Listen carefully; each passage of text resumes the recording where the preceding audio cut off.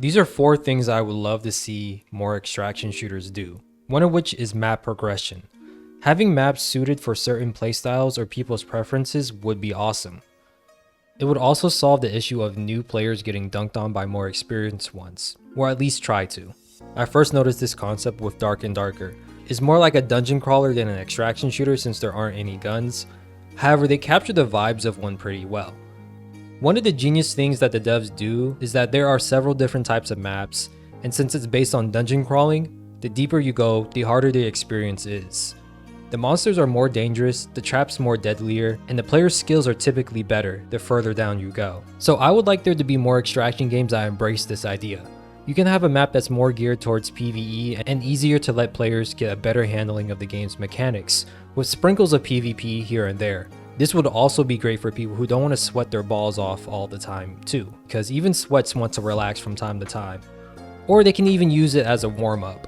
Then there could be a map that's more of the premier version of the game, combining everything that the devs would want. And lastly, there could be a map just for the hardcore players who really want a challenge. This map could be more PvP focused, or shoot, you could have 2 hardcore styles. One more focused on PvE and the other focused on PvP. Of course, this might sound like it could split the player base a lot, but the beauty of extraction game modes is that they don't have to follow the same rules as battle royales.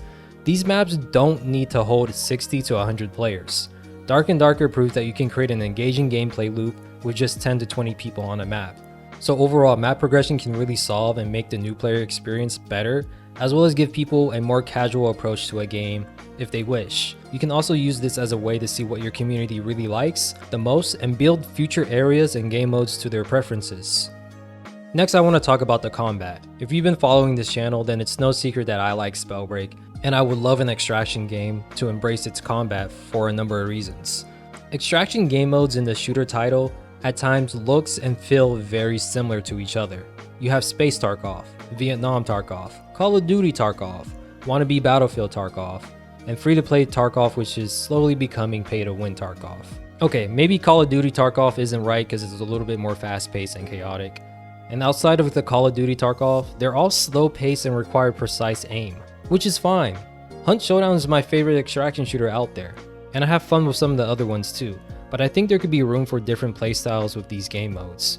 Apex, Warzone, Fortnite, and PUBG play so differently from each other when you compare their Battle Royale game modes. The mechanics are vastly different, the way your characters move as well.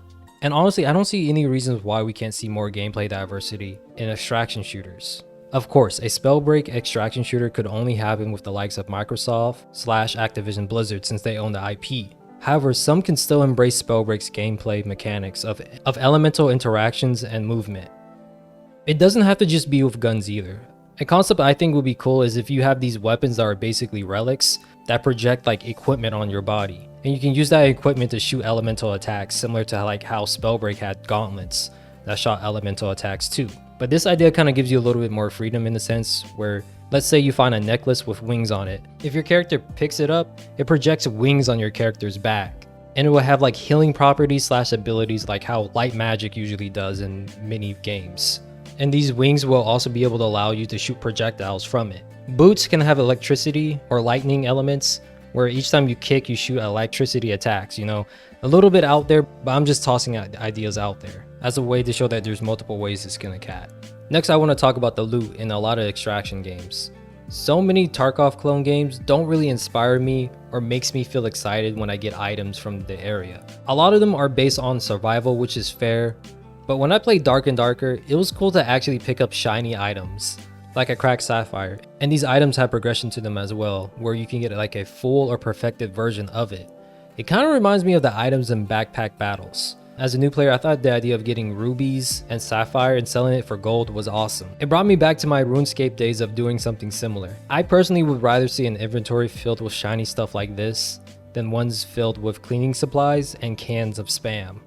Lastly, I want to talk about combining PvP and PvE. It's no secret that PvPvE is a common aspect you will see in extraction game modes with guns. I think this trait is cool and has worked in some titles, but there's been many others where I played it and it could be better. I really like how Hunt Showdown combines their gameplay loop to incorporate boss battles as a way to draw people in for engagements. It's genius, really. I think more extraction titles need to let the PvE aspects of their game be more of use than just bullet sponges. Reward players for interacting with your PvE elements. I made a whole video talking about PvPvE and how it can be improved by using the examples from Fortnite, Hunt Showdown, and MOBAs, who all have different ways of creating a PvPvE experience that players don't find annoying. You can watch it right now if you want.